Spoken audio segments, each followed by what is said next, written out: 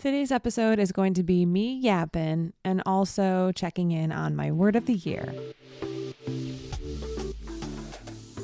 Welcome to the Up in My Business podcast with me, Lex Lancaster, where you'll get an inside look at all things tech, business, and my life as a physical therapist turned digital operations expert. You'll hear all about my lessons as a business owner, the ins and outs of tech for your business, and more. From SEO, websites, and email marketing to automations, launches, and copywriting, I've got you. I'm so excited you're here. Let's dive in.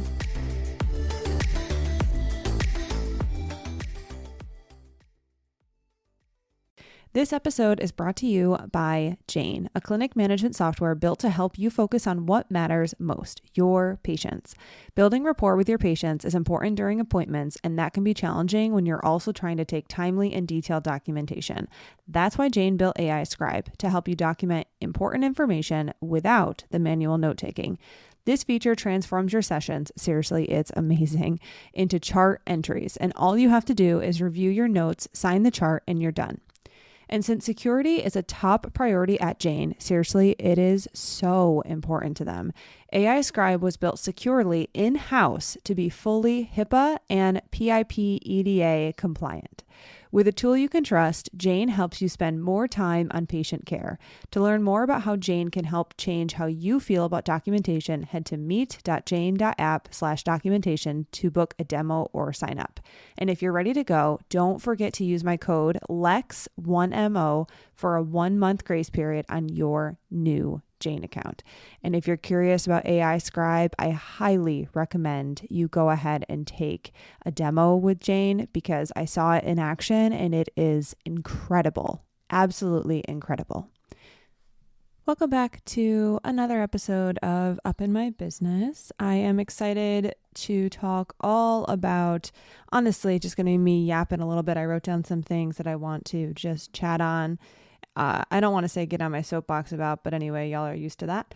And also check in on my word of the year. I saw on my whiteboard just a list of things that I had written out in January of like the specific things that I want to do this year with my word of the year in mind. And I feel like I should check in.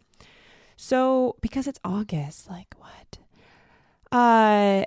Quick little, I'm just going to jump in because all of it is going to pertain to everything. This week, I have a meeting with the Cozy Earth crew. I am going to chat with them about some ideas that I have as far as like potentially sponsoring the podcast. I don't know. My goal, if I'll be honest with you, right? I had said this before. My goal with any sort of sponsorship is one, to like get you guys a discount. Like I think that is, I want to make sure we get some sort of return back for you guys. And then obviously to work with brands that are in alignment with my values. So one of the things that I value is small creators and companies that look at small creators and small business owners and say, you know what, you don't have 6 million followers on Instagram, but I still want to work with you. There are not many companies that do that. And there are a few, I won't go through and name them as far as like the ones that I can, 2 off the top of my head, just because I haven't actually come down to like make this list and all encompassing for the ones that I work with. But 2 of the ones that have been extremely incredible, obviously Jane App, like they trust the small creators, which when I say small creator and small business owner, what I mean is I don't have millions of followers on Instagram, but the people who are in my ecosystem trust me because I give you guys the truth and I'm not trying to bamboozle you and pull the wool over your eyes. And, you know, when it comes down to it, the audiences that are small and tight knit and feel like a community, they're really great places for business owners to essentially get past that trust barrier, right? Because if I trust them, then it's easier for you to trust them. So Jane App has been absolutely incredible. Another one is ConvertKit. ConvertKit has maintained their referral link, referral policy, what have you. They have changed the contribution, like what they actually kick back to you. But I mean, they have been great. Another one is Creative Law Shop, the legal documents that I recommend to people. They have changed things over time, but it was more or less, it was like 4 years ago, maybe. I might be speaking out my butt now, but they changed the way that they give back to the people who refer at one point in time, but they have never been like, you have too little followers for us to work with you. And again, like, I have been told that from multiple business owners. Guys, I refer, but for Squarespace alone, like I refer so many people to Squarespace. And obviously I have a template shop and all the things, and I have never heard back from Squarespace. So if anyone has a contact at Squarespace that will potentially give me, maybe a bigger discount for my people, or maybe consider, sponsoring something, that'd be great. I don't love an ad on things, but also I'm like, if the ad makes sense, I would do it. And the ads for Squarespace that I see are on huge creator platforms that honestly don't even make sense, but I digress. And it's just like, okay, well, I'll just continue with my small following. And I don't feel salty about it, but what I do feel is super appreciative of the people who do recognize the small creators. And so far, Cozy Earth has been great to work with. The woman I'm back and forth with, she has been really kind and understanding. And obviously I was approached. So, and it's always like you never know what's going to come of that, because I get 1 million cold emails in my email every week. So when I had originally got it, I was like, oh, this might be just a random email. They're reaching out to 1,600 people, but it felt, really good. And I ended up talking to her back and forth, and it was great. So I'm actually meeting on Zoom with her. So we'll see how that goes. Along, a spew that I did not anticipate going on here. Number 2 that I want to just touch base on, and again, I said like this is me yapping, clothing reviews. Guys, I cannot thank the people enough who leave clothing reviews that are super detailed, like body type, how tall they are, what they usually ordered and what they got in this order. Do you have long legs? Do you have short legs, long torso, short torso, hips wide? I always find it really interesting, because whenever someone talks about clothes around me, or if they're talking about like things fitting them, I will be honest and be like, nothing ever fits me well. Like I do not have an easy time finding clothes. And the immediate reaction most people have is like, oh my God, I would never think that. And I'm like, I actually cannot find anything that fits me well. Just my proportions are really odd. I have super long legs, a super long torso. So anything that's like croppy in any sort of way, it's basically a sports bra on me. But then shorts, anything that is a normal length short looks like a booty short on me.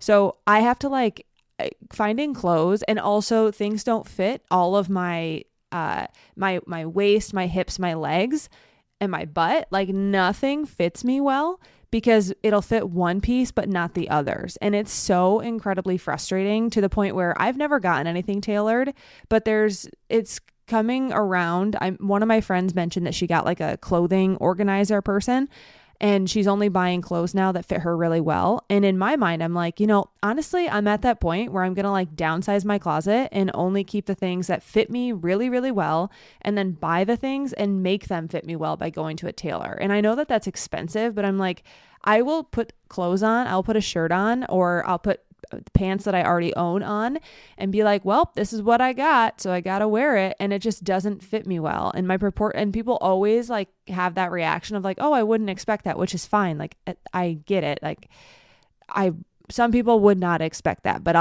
I have the hardest time to finding freaking clothes. And that's why I don't buy clothes very often. That's why my closet is very plain. That's why most items that I get, if I find something that I like, I will get it in 7 colors, because I'm like, I found something that fits me well, I'm going to get it in every color they have. But anyway, clothing reviews, I respect the people who leave the most detailed reviews. They're like, I usually get this size. Here's my body type. I'm this tall. I have what people would consider an athletic body, or what people would consider I don't have an athletic body. Whatever you want to say in your review, but the specific reviews and the detailed reviews, like amen, because I can decide like, am I going to size up? Am I going to size down? Am I going to be true to my size? And also like, what did you wear it with? Because some people, I remember I ordered this crop top. It was actually not a crop top. It looked like it was a cropped shirt, a cropped tank top, but it wasn't like a true crop top. I don't know if you guys remember like the era of like we're wearing crop tops that are basically sports bras. But on me, it was like barely a sports bra. But I ordered a crop tank top one time, and on the model, it looked like it finished, the bottom of the top was just over the top of the jeans, and it wasn't like she was wearing like super super high-waisted jeans. And I was like, awesome, like this is a crop tank top, it's gonna look great. I got it in the mail. That son of a gun was like 3 inches below my sports bra line. And I was like, oh my God, I can't even if I wore high-waisted jeans, I would have a gap of like 6 inches between the bottom of the shirt and my pants. And I was like, this is not what I want to wear. I'm also not like a big fan of crop tops. Like I don't really love to wear crop tops or like have much of my body out when I'm no judgment to anyone who does, but I personally don't love it. So when a shirt looks like it's going to land just above my jean line, I'm like, yeah, buddy, found it. Very underestimated the sizing of that one. So yeah, anyway, appreciation for detailed clothing reviews. Another thing that I just want to touch base on, I'm literally going down a list right now because I was like, I have some things I just want to say, but they're not warranted of a full episode. And also it's just like random check-ins. But I'm very, very happy with my purchase of an iPad for my business. I put it off for so long, but if you're in any of my SEO school, if you've been coached by me, if we've been on coaching calls, anything, I write on a whiteboard and I will hold the whiteboard up to the camera, which is pretty difficult for me because then I can't have my mic where I need it to be, and then the board is like kind of backwards for me anyway. It's like when teachers used to hold a book up and read it. But anyway, I do that all the time on my courses. And so I was like, I want to just be able to write. So I've been actually drawing and writing on the iPad on the calls. And honestly, it's super helpful. I love it. And I'm actually using it more. So I'm actually able to do it more now rather than holding the whiteboard because 1, it's easy to erase. And 2, I can like erase things while I'm talking, and it's just accessible because it's smaller. So I have like a little stand on my desk, and I can also use it as a third screen if I ever needed to. I don't really need to, but I did get a stand for it because if I'm just talking on a Zoom call, I could also just have the iPad like in front of me and like drawing on it while it's that way I don't have to hold it, right? Because I don't want to hold it in my other hand. I'm just super happy with it. I'm super happy. I think it's really useful. I don't think I would get it if I didn't need that feature. Like, I don't think I would, like, I didn't get the top model. I didn't like go all out here. But the other thing that I found it really useful for is I downloaded an app called Pigment. And I texted or I DM'd Jackie Fenton on Instagram, and I was like, hey, I know you do this like cross stitch thing. Is this something I can do on the couch in front of the TV, like without having to concentrate a lot? And she basically was like, no, because you have to count. And so I didn't want that. And so I was like, you know what? I really like to color. So I downloaded this Pigment app and I tried it out, and I'm coloring with like the Apple Pencil, and it's really, really calming and nice. The only thing that gives me anxiety is that I realize how bad that side of my creative brain is. Like, I'm super creative in so many ways, and obviously like the design eye I have for like websites and what have you. But when it comes to like coloring, they give you examples of other people who have used the same coloring page that you're using. And it's like looking at, you know, I don't know, like a toddler versus someone who goes to college and is in an art program. I am the toddler, by the way. It was just, I look at those and I'm like, oh my God, I'm judging myself and I'm judging the quality of my coloring. They have like shading going on, and like you can have different brushes and all that jazz. But I was like, you know what? I'm doing this for fun, and there's like an automatic color in the lines feature, so I can't complain. But I'm like, man, that side of my brain just does not work like that. And I was, I yawned. I was laughing because I was just like, man, this is so relaxing as long as I don't see the demos of this same piece of artwork that someone else colored who is in art school, because then I feel, like I said, a toddler compared to the person who is professional. But That's a life lesson in itself, right? Like, definitely not my forte. I know that that's not what I'm going for. I'm not trying to like sell my artwork anywhere. That's not my passion. This is for fun and for relaxation. So we're just checking the boxes here. It is currently 9 a.m, so I'm just sipping my coffee as I'm recording this. Okay. The next thing that on my list, I have, so number one, or technically it'll be number 4 that I'm talking about, but your services. So something that I don't even know, I should know this, but I don't.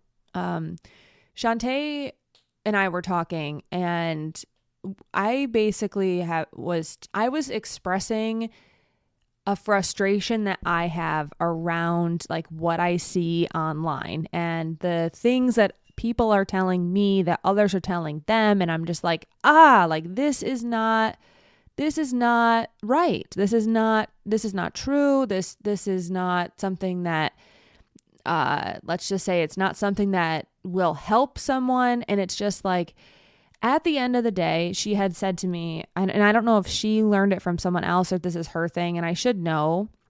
I want to say it's her who developed this concept or originally said it. And I'm saying originally, like we know everything is borrowed at the end of the day, but I know that I originally heard it from her, so I'm just going to give her credit. Big on giving people credit, right? So I want to just say that she had said to me, at the end of the day, like you have to, it's better to focus on your service, right? And like what you provide and like how things are to you rather than cutting someone else down. Like you see a ton of the call out culture on Instagram and like people bashing other people. Instead of bashing someone else, just like talk about how good your thing is or how you do things differently, because people are going to gravitate toward different people naturally. And it's not your job to basically convince someone that someone else is bad. Just demonstrate what you do well. And people will gravitate toward what feels good for them and what makes the most sense and like what they like naturally. And your people will always find you, as you know. And like now that I'm saying this out loud, I'm like, Shanté always talks about this in Instagram Intensive. Your people will find you. And you know, we all need reminders every once in a while, but just throwing this out there and like not getting on my own soapbox, but just expressing appreciation for that conversation between us. And it might help someone else who is listening to this to hear that. I think we all can agree that there is always going to be noise and there is always going to be someone who is saying stuff that you don't necessarily agree with. And like, there are tons of ways to do things, but sometimes things just don't make sense. Like I'm just thinking in a movement world, if someone had an ACL surgery yesterday, they're not going to be jumping tomorrow, right? So there are things that are just like blatantly not good. But at the end of the day, you just have to focus on what you deliver and how things are done and do them well and preach the good word that is your method and the things that you know to be true. And instead of thinking that you need to like prove that your method is better than something else, it's just like, here's my method, here are my results, and that's it, done. So just wanted to share that because it might be helpful for someone who is listening to this. And obviously, you know, it was helpful for me in that moment and just to be reminded of that. So yeah. I listened to Heather McMahon on, she's a comedian, and I listen to her podcast. Absolutely not. And sometimes she'll be like, feel like we're bouncing around or all over the place. And it's usually like when she has, you know, caffeine or, on a day where she just doesn't feel like she's fully collected. And it's always like a funny thing that she talks about. And I feel like that right now. I'm like, I'm just bouncing around from topic to topic. But like I said, we're just yapping today. The last thing that I want to say, and I feel like all of my movement professionals can relate to this. I was thinking,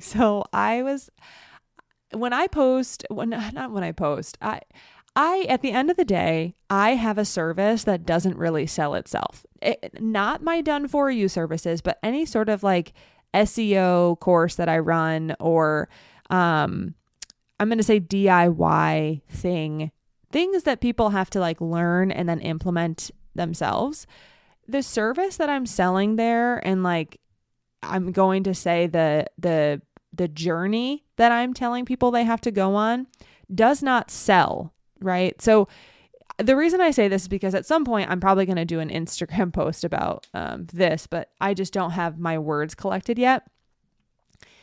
If I were to post about my SEO school or like SEO services in general, especially like any sort of thing that you have to do on your own, it would be me telling you that you have to like learn stuff and sit down and do it and implement. And like, this is going to take a long time and you have to embrace the journey, and it might work for you in one way, but then you might have to actually do something else afterward because you have a lot of competition in your area and it's just really tough. Relatable? Anyone? PT, fitness trainer, any sort of strength coach? It's literally the same thing. And that's why I'm saying it out loud. Like, when you have a service that doesn't sell, right? You're selling the fact that people have to like go do work. It's really tough. That's a really tough sell. But the reason why I'm bringing it up is because I do not believe in sugarcoating that.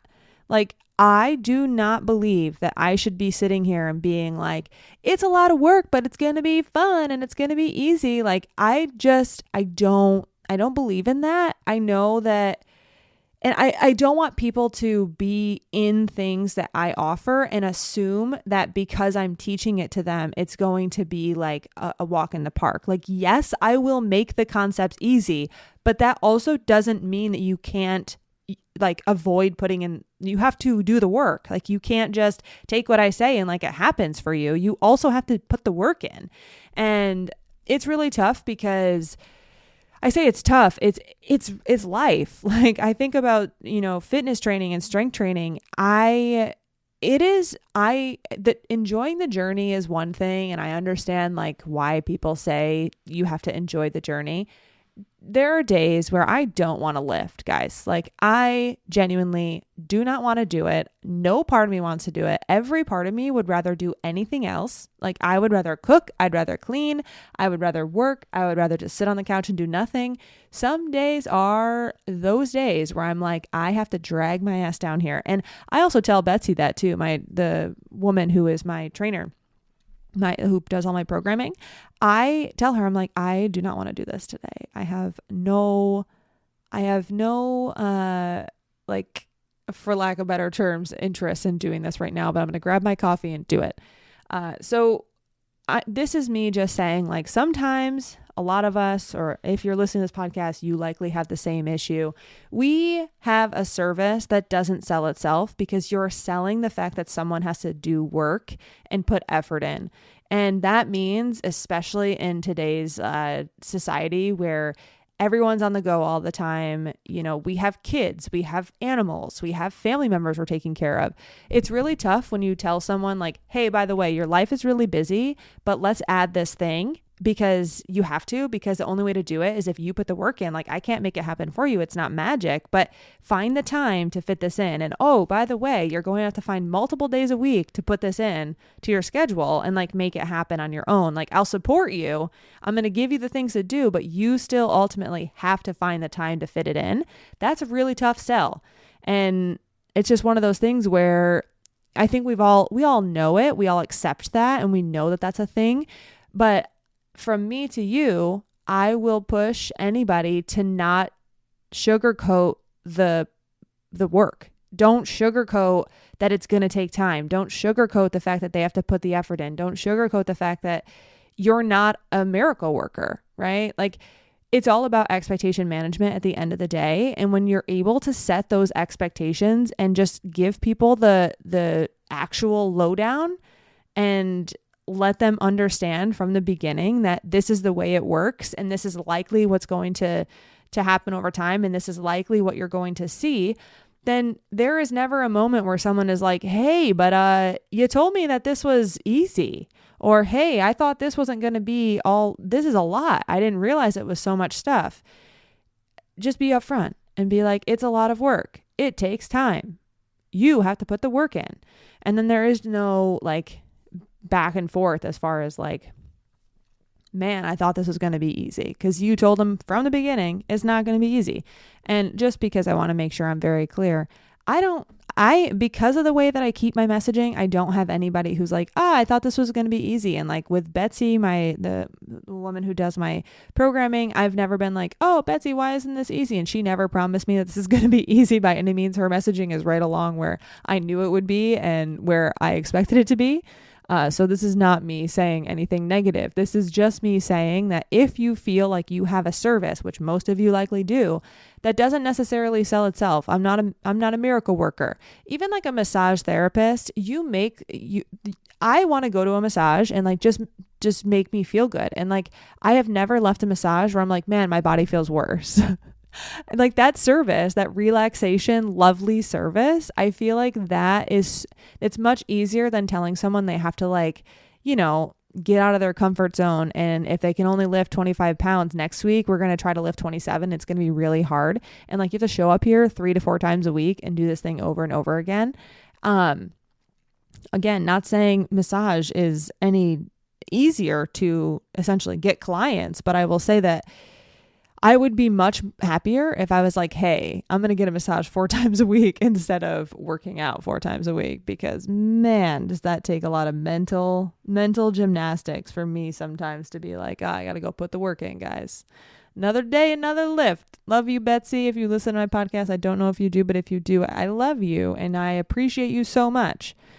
And also, and I respect I have seen so many freaking results. Like I am actually still so mind blown and I'm so grateful, but putting that work in, man, is tough. And I know that any of you who have patients who are anything like me, or maybe they're like you as well, it's just tough. It's tough to sell that work.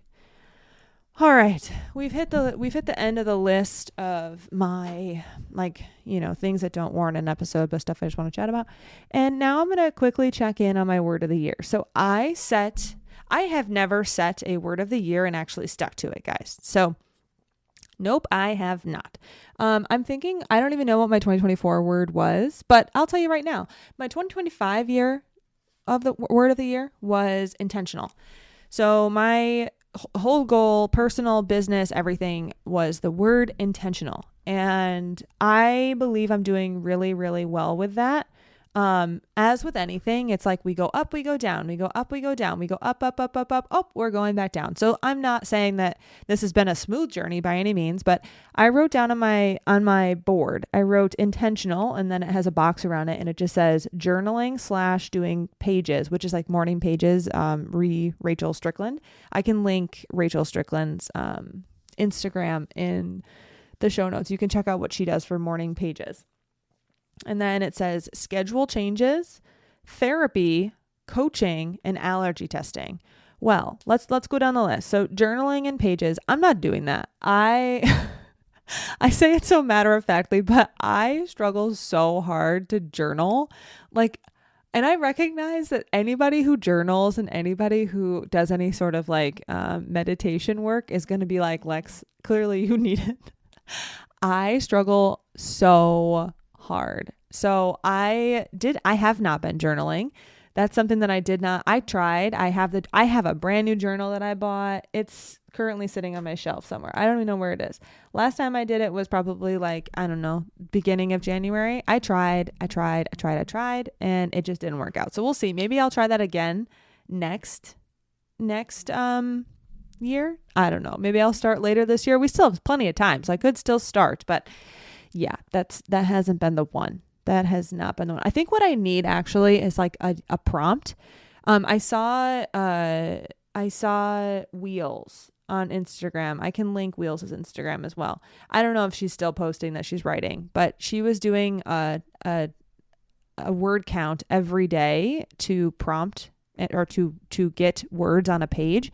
I think and she was using a prompt. I actually DM'd her. I was like, is this free writing? How are you free writing like this? And so I DM'd her and I was like, hey, what is this? And she was like, actually, there's a prompt. So she's working off a prompt, and I think I would do much better with a prompt. Quick aside that most people don't know about me. I was in a creative writing class in college, And it was there that I discovered that I actually really like writing. I love writing and creative stories. I actually wrote one of my favorite, I love poetry, especially when it's written like Ellen Hopkins books. I don't know if you know Ellen Hopkins, but Ellen Hopkins has a lot of really messed up books about addiction. And it's like a personal thing for her. So not her addiction. I should clarify that. Go read about Ellen Hopkins and you can see why she writes the book she writes. She's lovely, great writer, but I love books written in poetry or poetic stances, if you will. And so I actually really love writing poetry. I have not, and it's one of those muscles you have to exercise. It's been a long time since I've been in college, and that's the last time I really like sat down to do that. But that creative writing class was one of my favorite classes ever in college. I wish I could have taken it every single semester the whole time. But I remember one piece that I wrote that was from the point of view of a drop of water inside of a glass. And it was so fun to write. It was so fun. So anyway, I really love writing prompts, and that teacher gave us prompts to write about or prompts to choose from. And it does help my brain get started because it goes back to like who I am as a person. I'm not always an ideator. I'm a doer. So if you give me the idea, if you give me the grand scheme, the big picture, I can execute. And that was what that creative writing class did. And yeah, I would love, there's part of me that's like, is there a creative writing class that they teach online through, a college that you can do distance that's free? There are so many now, by the way, like so many creative writing classes that you can or any classes that you can take online. There's also classes through a public library sometimes. So I don't know. I might look into that eventually when I have time, but I love that type of writing. So anyway, need prompts. Next item. Schedule changes. I did change my schedule a lot. But that's still in progress. I'm still working on a couple more changes, but that's it. That's again, that's something have been working on, but I did change my schedule a little bit more for retainer clients and how I'm scheduling them in. And so that has felt pretty successful for me. Yeah, it has felt really successful. So I've really enjoyed, I have done that. Therapy, we did that. We went from November, therapy is like therapy, man. I did therapy, I did coaching, I did all the things. Very happy I did it. But what I will say is I do feel like at some point I will probably go back to a different therapist. I will probably find someone at the Expansive group, which I can link in the show notes. They are just, that practice would fit me as a human better than where I was getting my therapy before. Loved my coach. I can link Coach Mandy as well, but I loved working with Mandy, my coach Mandy, but the therapy experience was not so good. So I'm probably going to find someone that I can just regularly check in with at some point. Not right now, but at some point. I really enjoyed it. Really happy I did it. I had said that I needed to I was like 2 clicks away from enrolling with a coach, like a business coach in January. No, maybe it was November or December. I was very, very, very close to enrolling with a coach. And then I was chatting and I really sat with it and I was like, I need to be intentional about this and I need therapy. I need to go to therapy first before I do anything related to my business, because me being personally in a better space will help my business. So I did therapy first. And then that brings me to my next point of coaching. I actually just enrolled, clap for me, I guess. I'm patting myself on the back because the only business coach I've paid has been Shanté. She helped me in 2023, the beginning of 2023. Actually, Emma Jack too. Emma Jack in 2021, I did her summer program. It was her coaching group, small group coaching, and I loved that. I'll link Emma as well. I did a program with, were there 6 of us total? And it was just really great because it was a lot of mindset work and just figuring out where my head was at and how much capacity I had. It was just really, really great and really jump-started me going full-time into my digital business. And then obviously I've learned from Shanté for years now between being in her programs because I'm her moderator. So I've learned that way. And then I've also paid her for one-off coaching calls a couple times before, obviously, we were together. So I haven't actually been in like a coaching program, but here's the thing. The reason I haven't been in it is because it wasn't feeling like I fit. I never fit. I needed someone who worked with people like me, who offered the services that I offer, but someone who also doesn't push you to hire a big team, someone who also will look at my whole business, so a long-term program that wasn't $50,000, because what in the world? Absolutely not. I get it. Like, everybody's going to invest a different type of money into their business, but I was like, I struggle right now finding a coach who like is going to look at my whole business and not make me into a mini them. I need to find somebody who fits like what I need. And I'm not going to make like a $50,000, like, let's hope it works investment. Like, that does not feel good to me. I am very risk averse, guys. And also, like, what? That's a lot of money. So I finally found a coach that I'm really excited about, which then brings me back to my schedule changes. Like, I'm going to be changing packages and stuff, because the reason why I say this is because I truly believe I have blind spots in my business, and like there are leaks as far as like energy leaks. And I know that I don't have someone who's like looking over my whole business at this point, or I didn't.